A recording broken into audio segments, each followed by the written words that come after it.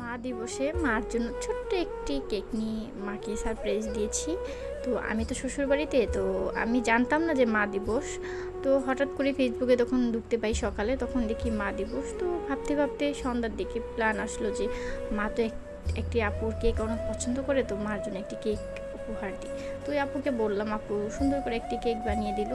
তো বাসায় পাঠিয়ে দিল ভাইয়াকে দিয়ে। তো এই তো আম্মু বসে কেক কাটতেছিল।